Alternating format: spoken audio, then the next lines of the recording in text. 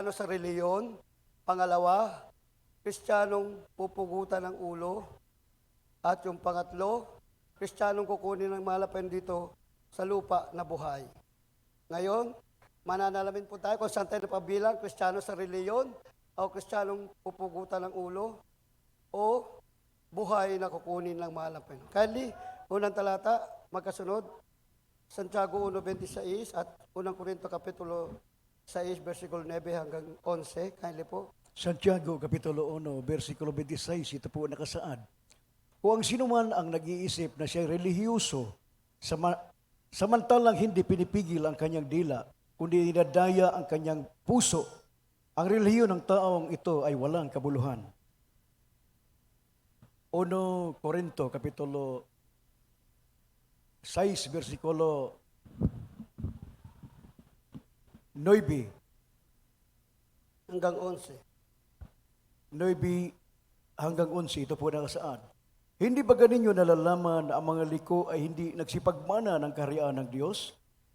Huwag kayong padaya, kahit ang mga makikiapid, ni ang mga mananamba sa Diyos-Diyusan, ni ang mga mangangalunya, ni ang mga nang bababae, ni ang mga makikiapid sa kapwa lalaki, ni ang mga magnanakaw, ni ang mga masasakim, ni ang mga manglalasing, ni ang mga mapagtungayaw, ni ang mga mapanlulupig, ay hindi mga mamana ng kaharian ng Diyos. At ganyan ang mga ilan sa inyo, ngunit nahugasan na kayo, ngunit binanal na kayo, ngunit inaring ganap na kayo sa pangalan ng Panginoong Jesucristo at sa Espiritu ng ating Diyos. Amen. At magsabing, praise the Lord. Minamahal, yan po ang sinasabi na kung saan merong Kristiyano na tinatawag sa reliyon. Yung Kristiyanong di mapigil ang dila at sabi, dinaya ang kanyang puso. Karamihan ngayon, minamahal sa ating daigdig, sa ating paligid, na kung saan minamahal maraming mga taong di mapigil ang dila at gano'n na lang kung magsalita, gano'n na lang kung makasakit ang damdamin ng kapwa. Sabi, ang puso ng taong ito ay dinaya. Isip nila, makadiyos sila, sa katotohanan sila, nasa Diyos sila, pero hindi nila makontrol ang kalang sarili sa pagsasalita ng masama, lalo na yung tinatawag na bad words o yung pagmumura, lalo na paggalit. Iba kahit hindi galit, tulad po yung abang lingkod, nung wala pa ako sa ating malapay sa gawain ito, minamahal, matuwa ako magalit, mura lumalabas sa aking bibig. Amen? Pero mula na naging Kristiyano ko, purihin nating dakilang Diyos, hallelujah, ay talagang glory to God. Puro pagpe-praise the Lord na lang. Hallelujah. Kaya pag nandito ka, sa unang Korinto 6:9, pinapaalala, lalo na sa ating mga Kristiyanong totoo, na umiibig sa malapen, naglilingkod sa ating dakilang Diyos.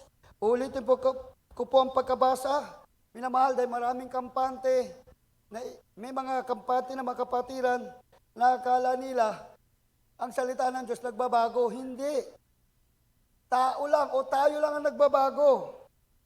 Makapag-praise the Lord po ba tayo? Minamahal, pinag-aaralan po natin to, hindi po natin tinatapik to para patamaan kayo. Kundi tinatapik natin po ito para alam po natin o magkaroon po tayong knowledge, idea na kung saan tayo napabilong o saan tayo napabilang. Everybody say, praise the Lord. Ulitin ko, sabi rito sa 1 Korinto Kapitulo 6, versikulo 9 hanggang 11, ganito pong sinasabi. O hindi ba ganinyo nalalaman na ang mga liko, ano yung mga liko? Yung mga makasalanan.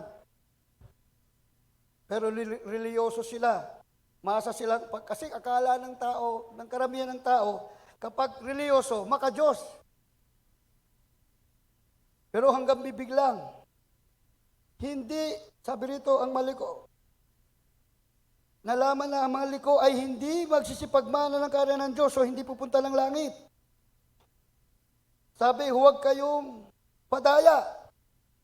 Huwag magpadaya. Ibig sabihin, dapat i-search natin sa lexikin, i-recognize natin, i-distinguish po natin kung dinadaya po ba tayo o hindi.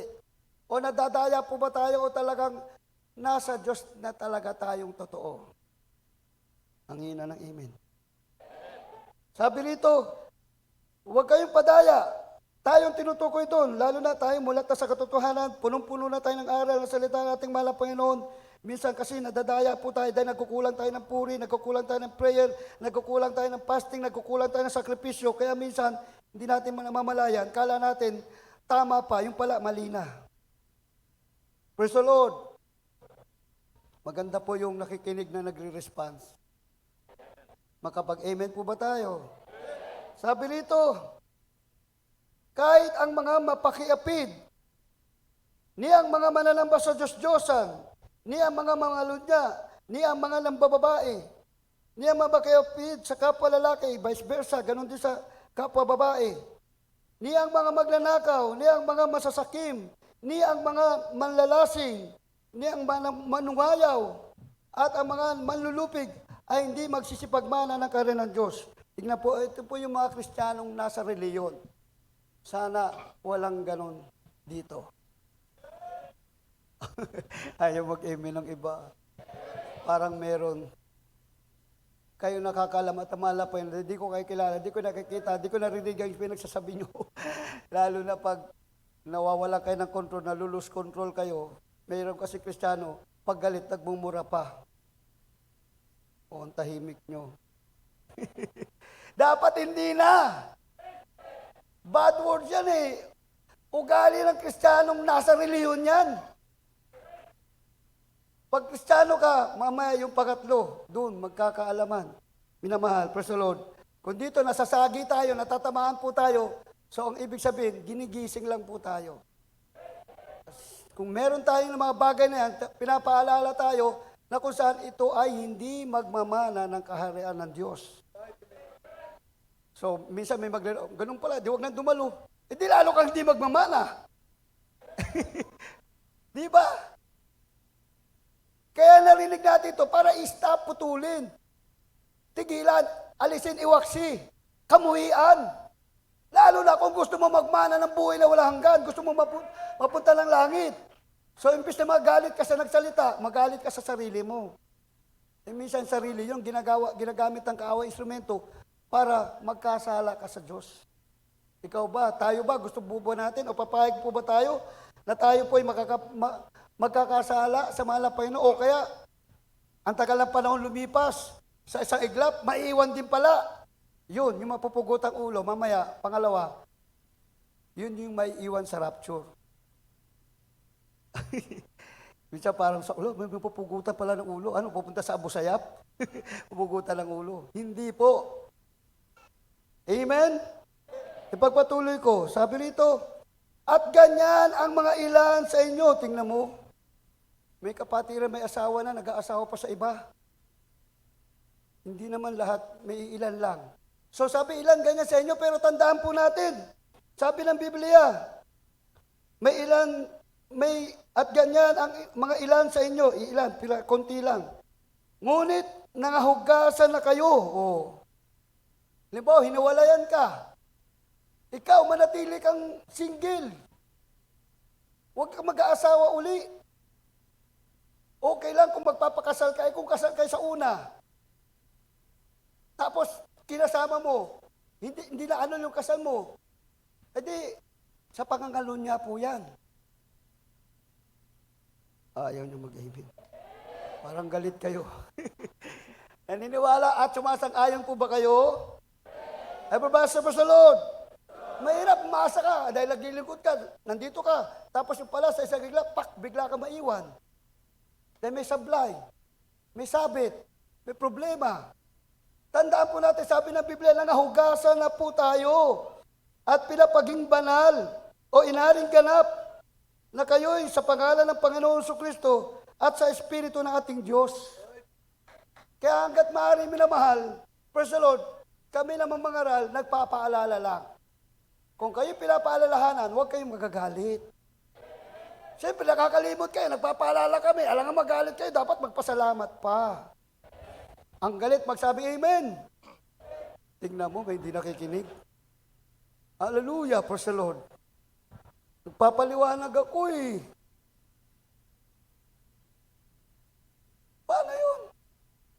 Tapos biglang dahil hindi na pakinggan lahat, kung ano yung narinig ang salita, dahil hindi na pakinggan mo, di mag-jump to conclusion kayo. Iba na yung dating, iba na yung pananaw niyo, iba na yung pakinig niyo dahil hindi kayo nakinig ng maayos. So makinig. Makikinig o magwa-wonder. Makinig. At masabi, praise the Lord. Pag di kayo nakinig, lugi po kayo. Praise the Lord. Kaya yan sinasabi minamahal. Ngayon, dito tayo sa pangalawa, sa pugot ulo. Bakit nagpapugot ng ulo? Kylie. Pakibasa. Sa aklat ng Apokalipsis, Kabanatang 20, Talatang 4. At nakakita ako ng mga luklukan at may mga nakisiluklok sa mga ito. Sila'y pinagkalooban ng paghatol at nakita ko ang mga kaluluwa ng mga pinugutan ng ulo dahil sa patuto ni Jesus at dahil sa salita ng Diyos at ang mga hindi sumamba sa hayop o sa kanilang larawan man at hindi tumanggap ng tanda sa kanilang noo at sa kanilang kamay. At sila'y nangabuhay at nagsipagharing kasama ni Kristo sa loob ng 1,000 taon. Amen. Minamahal, ang talatang ito at ang revelation, future po ito. Hindi pa nagaganap. Magaganap pa lang o mangyayari pa lang po. Kaya yung salita dito, nakita, ibig sabihin future, mangyayari, magaganap. May mga kaluluwang pinugutan ng ulo dahil kay Kristo at dahil hindi po tumanggap ng tanda o marka sa noo at sa kamay at hindi sumamba sa hayop. Alam na natin kung ano yung hayop dyan. So, yun po yun, mapupugutan ng ulo, makikita. Nasabi rito, nakita ang mga napugutan ng ulo. Everybody praise the Lord. Kaya mainam talaga, yan ang sabi ng ating mahal kagalang-galang mga pastor, pag nag-rapture at naiwan, 1% na lang chance, pag-asa, o pagkakataon, magpapapugot ng ulo. Di ba, Article 13, kung di ko nagkamali, kasama sa Article 16, yung parusa ay kamatayan. Hindi ka babarilin, kundi pupugutan ka ng ulo. Kaya pag napugutan ka ulo, salamat, sa langit pa rin ang punta mo. Pero mahirap. Hindi basta-basta. Tulad ng sinabi ko, bago ka pugutan ng ulo, tutorturing ka. Ito, napipressure dahil sa tulad ng sinabi ko, sa bakuna. Maraming napipressure, natatakot. Ngayon, medyo mild pa. Mag-eleksyon, maluwag na. Medyo maluwag ngayon, mag-eleksyon. Dahil kung mag-eleksyon, tapos mag-iigpit, sino boboto? Gabi kadaya. Ibig sabihin, pwede pa lang maging maluwag. Ginagamit lang tong COVID. Yung sinasabi ng pandemic pala, para maipus. Masaturate nila ang buong daigdig. Para yung mga tao magpamarka ng mark of the beast.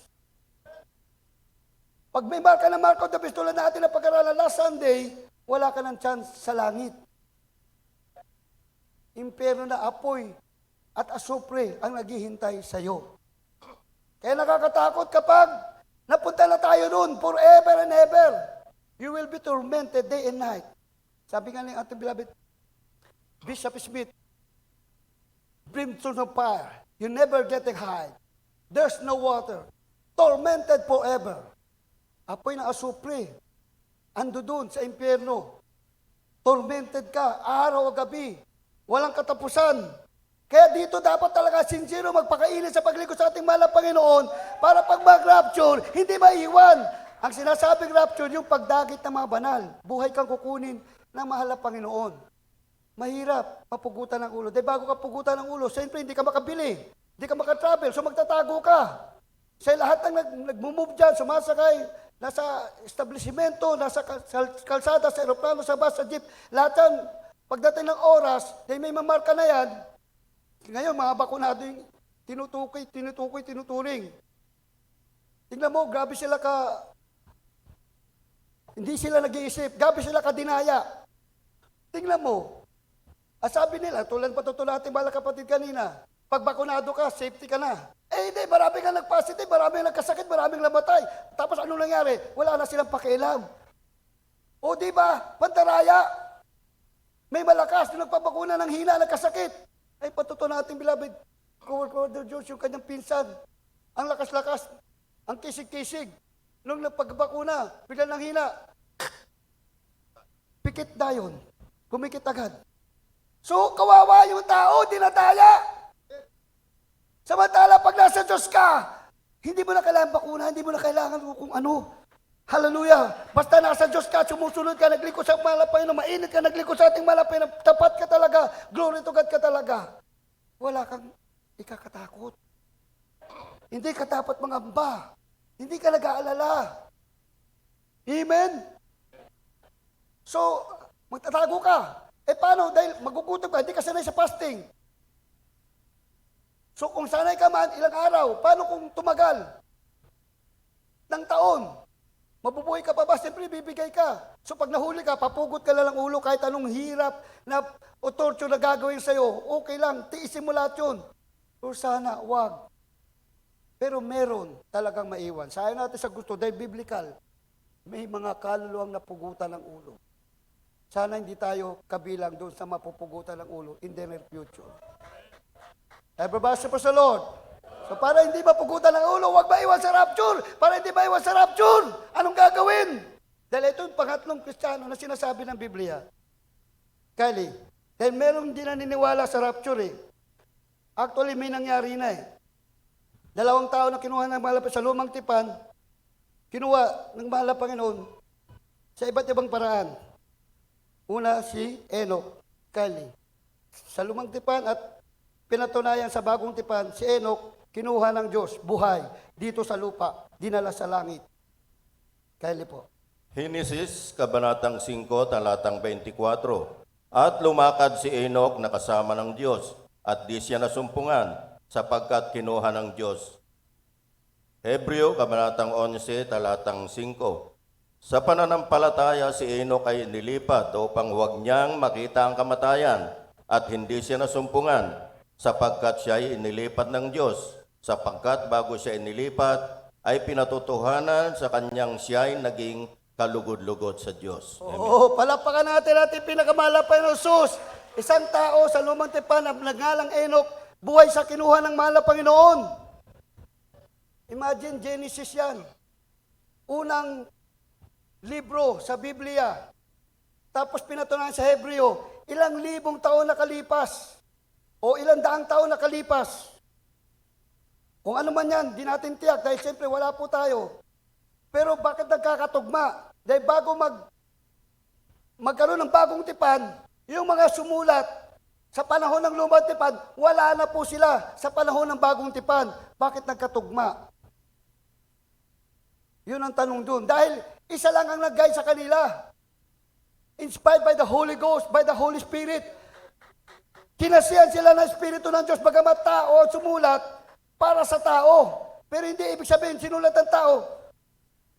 Hindi na paniwalaan, sinulat ng tao, pero kinasihan ng Espiritu ng Diyos. Kaya nagkalaki-laki, tama, tugma, accurate. Talagang pinatunayan na si Enoch, kinuha ng Diyos. Bakit sa kinuha? Sabi, pinatutuhanan na sapoy naging kalugod-lugod sa Diyos. Palagay niyo ba si Enoch ma-pride? Pasaway si Enoch, may bisyo, gumagawa ng kasalanan, tapos kukunin, palagay niyo ba? Ganon, di ba hindi? Meron bang nalulugod ng Diyos na pasaway? Na ma-pride? Pag nalulugod ng Diyos, meaning humble siya, lagi siya nagpe-pray, hindi siya gumagawa ng masama, matuwid ang kanyang pamamaraan, pamumuhay, hindi siya nag-iisip ng masama, hindi siya nagsasalita ng masama, lalo't hindi siya gumagawa ng masama. Kaya kinuha ng Diyos, naging kalugod-lugod eh. So para pala kunin tayo ng Diyos dito sa lupa, habang buhay pa, praise the Lord, hindi tayo mapabilang sa tinatawag na pugot-ulong Kristiyano. Hallelujah, praise the Lord. Dapat mamuhay tayong nakakalugod sa mahal na Panginoon. Everybody, praise the Lord. Ayun, naging katangian. Bakit siya kinuha? Dahil naging kalugod-lugod siya sa mahal na Panginoon.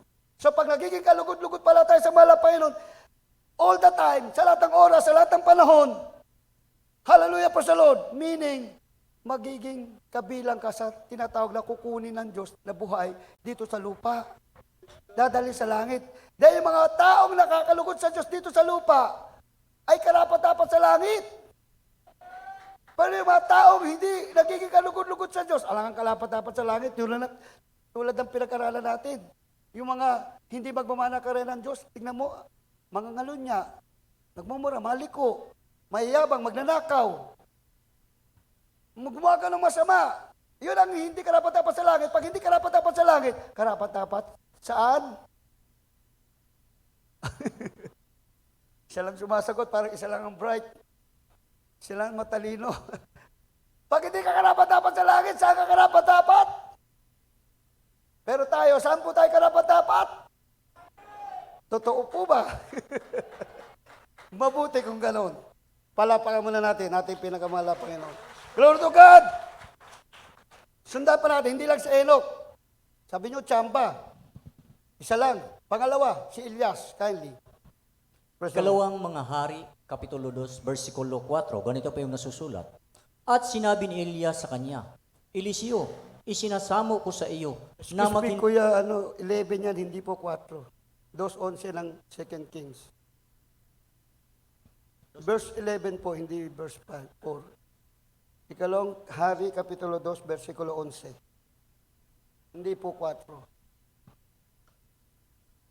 Ikalawang hari, Kapitulo 2, versikulo 11, ganito pa yung nasusulat. At nangyari, samantalang sila'y nagpapatuloy at nagsasalita narito, napakita ang isang karong apoy at ang kabayong apoy na naghihiwalay sa kaniyang kapwa. At si Elias ay sumampa sa langit sa pamamagitan ng isang ipo-ipo. Amen. O, palapakan natin pinakamahal pa yung susulat, magsabing praise the Lord. So yan po, minamahal, ikalawang taong buhay na kinuha ng Diyos dito sa lupa sa pamagitan po ng ipo-ipo. Dahil si Elias, alam naman po natin ang kanyang history, ang kanyang karakter. Nag-40 days siya, propeta ng Diyos. Ang tapang-tapang niya, nagdikli nga siya na magkaroon ng tagutom 3.5 years. Hindi umulan. So ganun siya kalapit sa mahal na Panginoon, ganun siya katindi, ganun ang kanyang kapangyarihan, ganun ang kanyang panampalataya, ganun ang kanyang abilidad sa harapan at paningin nating dakilang Diyos, kaya kinuha siyang buhay. Yan po yung mga nakatala. Malay natin, meron pang ibang kinuha na hindi na nakasulat dito sa Biblia. Kaya hindi po natin dapat pag-alilangan yung tinatawag ng rapture o pagdagit ng mga banal dito sa lupa. Dahil kung nag-aalilangan ka, tsak maiwan ka, dadaan ka pugut ng ulo. Gusto nyo ba yun? Ang gusto mapugutan ng ulo dahil maiwan sa rapture, taas ng kamay, sumagal ng praise the Lord. Oh, nakikinig. Alapakan mo natin at pinakamalang Panginoon. Everybody say praise the Lord. So yan yun, minamahal. Kaya sana lahat tayo na pabilang sa tinatawag na kukuning buhay ng Diyos dito sa lupa. Ang isang katangian, yung nagiging kalugod-lugod sa mahal na Panginoon. Yung wala bang masabi, ay hindi na nagbibiro, hindi na karnal, hindi na nagpapasaway, o kaya, kumbaga, meron kasing gumagawa ng tama, gumagawa mabuti, yung pala, bandang huli, isusumbat, ipagmamalaki, o kaya nagkakaroon siya ng pride, dahil marami na siyang nagawa, marami na siyang naitulong, pakinabang siya sa iglesia, pero sa kanyang puso, parang ang dating, kung wala ako, wala kayo. Naku, mahirap yun. Sabi Isaiah 57 verse 15, ang mga tao na sa langit, yung mga nagsisi, nagpakumbaba. Ikaw lang dito ka sa lupa at asa-asa ka sa langit, pero ang pride mo, o nagkaroon ka ng pride, gusto mo ikaw masunod, dahil akala mo okay ka lang, dahil ang tagal mo na, okay, marami ka lang na-contribute, huwag ka mag-isip na marami ka nagawa. Tulad sabi ng ating mga pastor, ang dami ng hirap, sakripisyo niya, ang dami nang dala sa malapit ng kaluluwa na nagbago, pinagaling, nagwasak na tahanan, naging buo. Marami lang mga tao nagpapasalamat sa Diyos dahil sa kanyang panalangin. Pero sabi niya, wala pa po siyang nagagawa. O grabe pagpakumbaba. Everybody say praise the Lord. So ganun ang katangian ng taong kukunin ng Diyos dito sa lupa. Mapagpakumbaba. Hindi nanunumbat, hindi nagbibilang. At madaling tumanggap ng pagkakamali. Madaling turuan. Hindi yung nagmamarunong, kala mo kung sino. Nawawala na ng respeto. Magalang ka kapag papunta ka ng langit. Kahit bata, nakakabata sa'yo, igalang mo. Kung totoong humble ka. Nababasa po sa Lord. Hindi po ako galit. Nagpapaliwanag lang po ako. Nagkakaintindihan. Nakukuha po ba natin? At pagsabi, praise the Lord. Tuloy natin, minamahal. Kindly, sunod na talata. Praise the Lord. Sa aklat ng unang Tesalonica, kabanatang 4, talatang 15 hanggang 16. Sapagkat ito'y sinasabi namin sa inyo, 18 po. hanggang 18 po, sorry po. Sapagkat ito'y sinasabi namin sa inyo, sa salita ng Panginoon, na tayong nangabubuhay, natitira hanggang sa pagpaparito ng Panginoon, ay hindi tayo mga una sa anumang paraan sa nangatutulog. Sapagkat ang Panginoon din ang bababang mula sa langit, na may isang sigaw, na may tinig ng arkanghel, at may pakakak ng Diyos, at ang nangamatay kay Kristo ay unang mga bubuhay na maguli. Kung magkagayon, tayong nangabubuhay na natitira ay aagawin kasama nila sa mga alapaap upang salubungin ang Panginoon sa hangin. At sa ganito'y sa Panginoon tayo magpakailanman. Kaya't mag-aliwan kayo sa isa't isa ng mga salitang ito. Amen. Unang Korinto, kabanatang 15, talatang 51 hanggang 54. Narito'y sinasaysay ko sa inyo ang isang hiwaga. Hindi tayong lahat ay nangatutulog, ngunit tayong lahat ay babaguhin.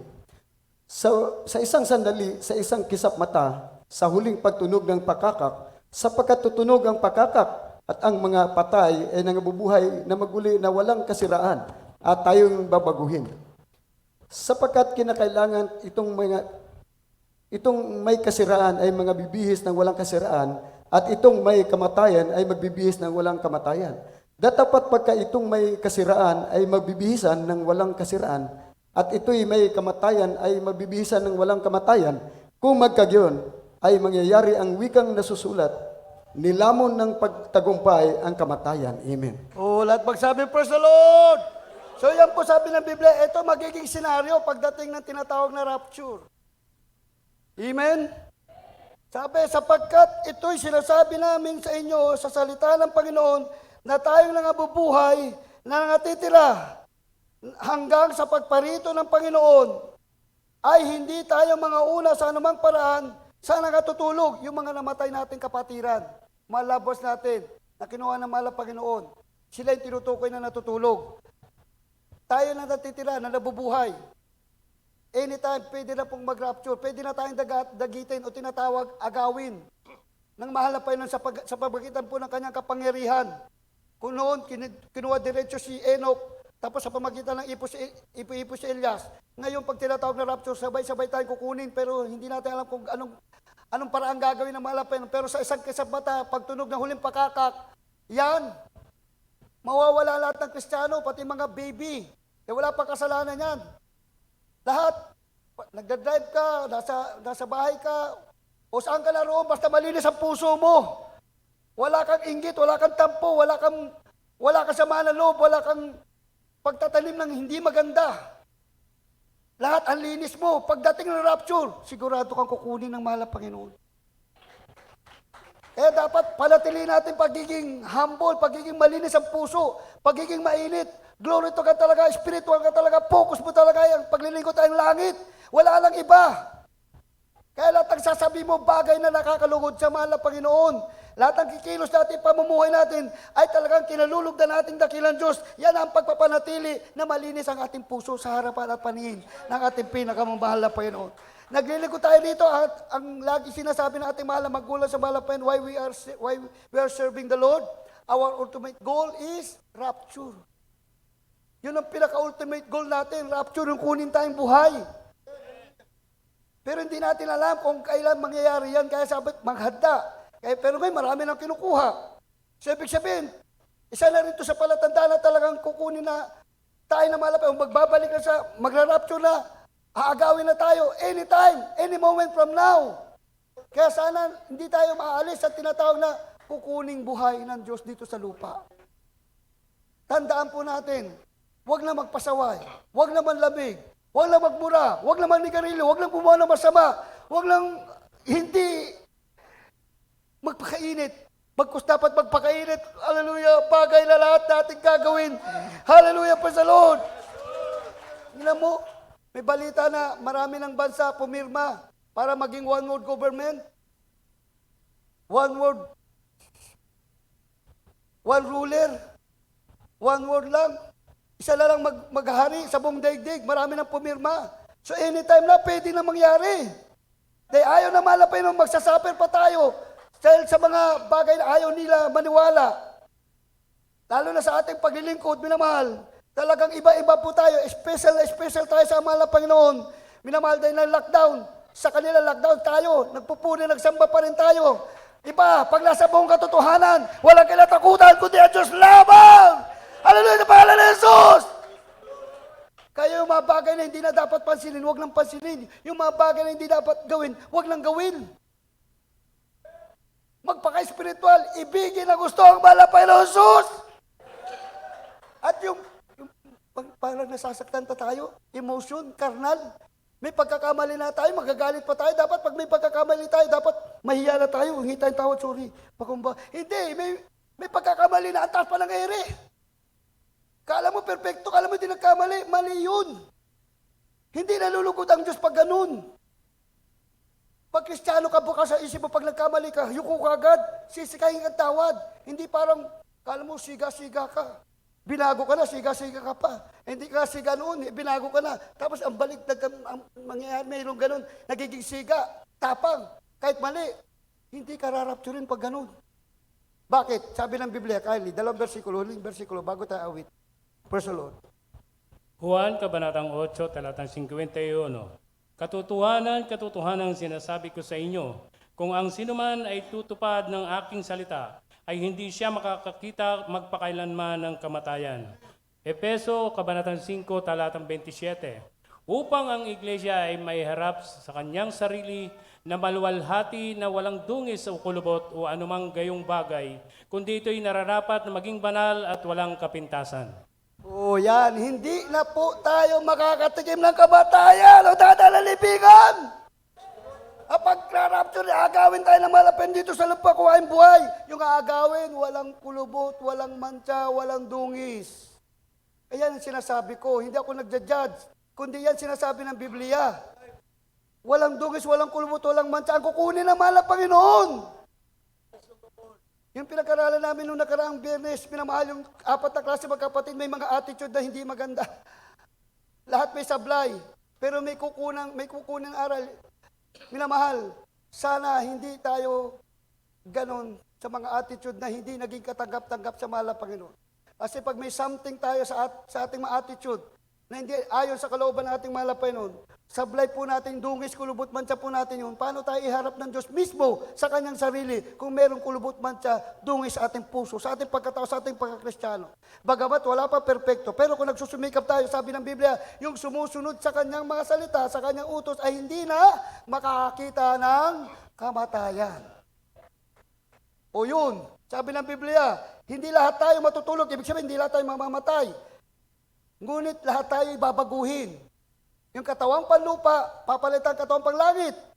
Yung katawang may kamatayan, katawang may kasiraan, papalitan na walang kamatayan, walang kasiraan. Yan po ang benepisyo na pagdating ng rapture sa isang kasabata, yung katawan natin magiging katawang panlangit. Kaya tatagos po tayo dyan. Kaya ano yan, semento, kahoy, yero. Tatagos ka dyan dahil katawang panlangit. Tagus-tagusan, bagamat may laman, may buto. Yan ang kainaman. Yung paghihirap, pagtitin, sakripisyo na ating ginagawa sa paglingkod sa ating mahal na Panginoon, mga pagpupuyat, pag-ayuno, lahat ng effort na ginagawa natin para sa gawain. Lahat yan, minamahal, ay gaganti pala tayo ng ating mahal na Panginoon at matatapos na rin po, minamahal. Kaya patuloy magtiis, magsakripisyo, patuloy tayo sumunod sa Diyos dahil siyang magliligtas sa atin, siyang magdadala sa langit, huwag susuway sa mahal na Panginoon. Patuloy magpasakop ko ano rules sa iglesia. Sundin po natin. He that despite you, despite me. Sabi na Lucas 16. He that believe you, believe in me. Sabi ng mahal na Panginoon, kung sino sumunod, sino naniwala, sa akin naniwala. Kung sino yung sumuway, sino yung nagtakwil sa inyo, ako ang tinakwil. So, ganun po ang katayan ng mga ginagamit ng mahal na Panginoon. Una, ating mahal na magulang sa mahal na Panginoon. Kung sino sumuway sa ating magulang sa mahal na Panginoon, sa beloved children, maging sa amin na tinalaga rito, kung sino sumuway, sinong hindi sumunod. Sabi, sa Diyos po hindi sumunod. Hindi namin naano yung sarili, pinapaliwanag lang po namin. Dapat makikita natin na kung saan tayo tatayo, kung saan tayo pepesto. Lalo na gusto nating buhay tayong kunin ng Diyos dito sa lupa para magmana ng buhay na walang hindi na magtatagal! Nangyayari na yan, ba? Hallelujah! Eh, huwag na manlamig, huwag na maging karnal, huwag na magka-pride. Kung meron ba ikasot mo, lagi, pagkasaw tayo, magkasot, pride, demons of pride, vainglory, arrogancy, kasaut, lagi natin ikasaut yan. Dahil dugis, kulumot man siya yan. Yung pagbumura, pag-inom ng alak, kung meron pa, pagsinungaling, pangupit, pagnanakaw, lahat. Yung kawalan ng panampalataya, palalamig, o di pagtatapat, o walang katapatan, lahat yan madimonyo sa katawan. Rebukein natin yan, may power po tayo. Kung gusto natin kuhain tayong buhay ng Diyos at di na tayo dadaan ng libingan at di tayo makatikim ng kamatayan, iyan po yun, minamahal. Kung nakatagda tayo sa buhay na kukunin, praise the Lord. Kung nakatagda tayo sa matutulog, okay lang, basta pagpikit natin dito sa lupa, siya naman pagpikit pagdilad natin sa langit, dahil naglilingkod tayo sa malapeno. Kahit tulad ng ating sinabi ng beloved Minister Will G. James, with or without vaccine, basta mainit, naglilingkod sa mahal na Panginoon, hallelujah, dahil hindi pa nga microchip yan, hindi pa mark of the beast, hallelujah, praise the Lord, ay talagang ligtas pa rin, langit pa rin, hallelujah, praise the Lord. Kaya manindigan, magpakatapang, tulad ni Elias, binamahal naging matapang siya, kahit anong, hallelujah, hinarap niya mga problema, pagsubok, ilang propeta ni Baal, 450, kinarap niya, hinamon niya, isa lang siya, hindi siya natakot. Hallelujah, pinakita niya talaga buhay ang Diyos at nanampalataya, nagtiwala siya talaga sa ating pinakamahal na Panginoon. Kaya naman nalugod ang Diyos sa kanya, kinuha na siya ng buhay. Hindi na siya nakita ng kamatayan, hindi na siya dumaan sa libingan. So ganun na magyayari sa atin any moment from now. Hallelujah! Kaya magsisi sa mga kalikuan, magsisi sa kasamaan, magsisi sa mga panlulupaypay, sa katigasan ng puso, sa mga inggit na yan, sa mga pride, mga tampo, galit, emosyon, mga pagkakamali, magsisi. Hallelujah! Dahil yan ang katangian ng taong pupunta sa langit, yung nagsisisi, tanda ng pagpapakumbaba. Hallelujah! Tayo lang tumayo, awitan natin ating pinakamahal na Jesus. Awitin po natin, I give you Jesus. I give you Jesus. Hallelujah. Huwag natin balawalain, minamahal. Totoo po ang sinasabi. Meron dito yung nagtatawa, tatawa-tawa lang, nag-rapture. Nagulat siya, kala niya, totoo, yung pala, paalala lang. Eh, paano kung tayo yun? Eh, dapat seryoso ang lahat. Dapat sincero ang lahat. Walang tawa-tawa. Walang magbibiro. Hallelujah.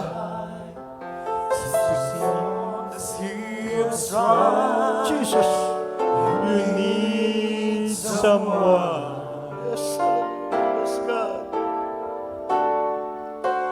You feel so all alone, and your house is not a home. You need someone. God. Life is in prayer, and there's no one left to share all those lonely days and nights.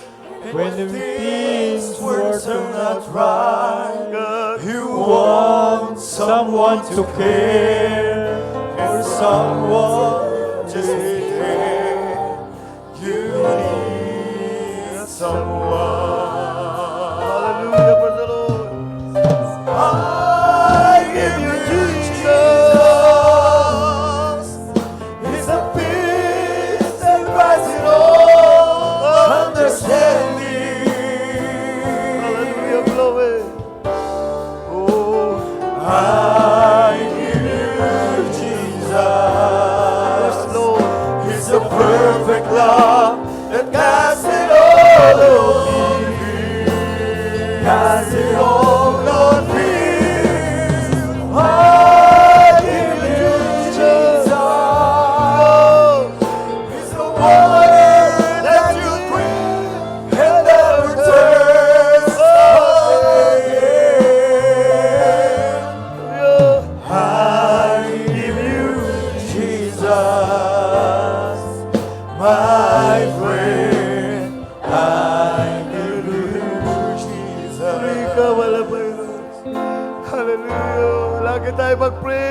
Lagi tayo magpuri. Keep the pressure Lagi tayo umiyak sa all malapan. around. Patulong tayo. Keep your spirit to Hallelujah. the ground. Hallelujah. Iwagsi ang mga kasalanan, mga kalikot. Mga Someone kahinaan, minamahal.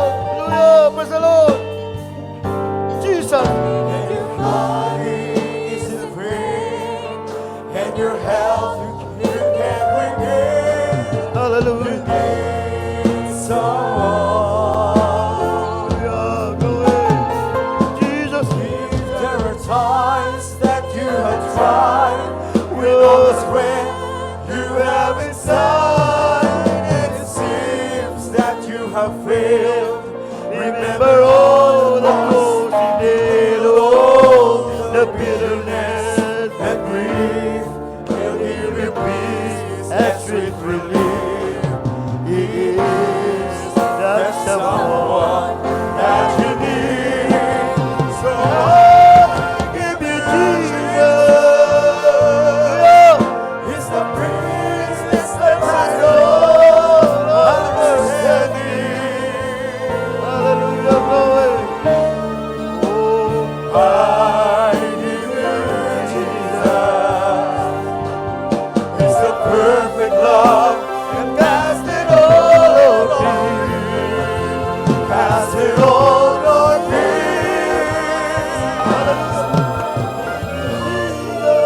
Hallelujah.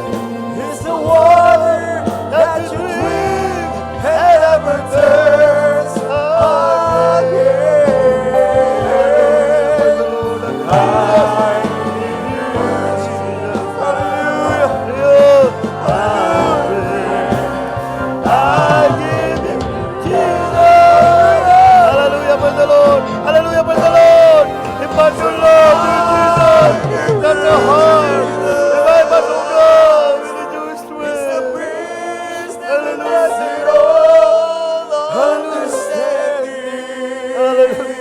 Yes, Lord. Hallelujah. I give you Jesus. He's the perfect love that cast it all on me. Cast it all on me.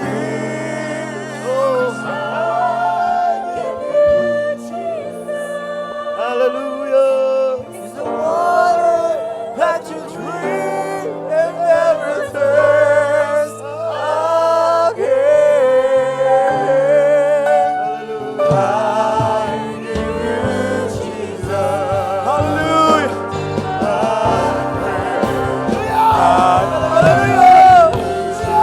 Hallelujah. Minamahal. Hallelujah. Praise the Lord. He's the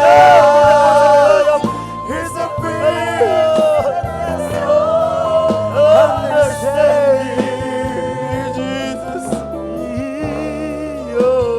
I give you Jesus. He's the perfect love that casts it all on me. Cast it all on me.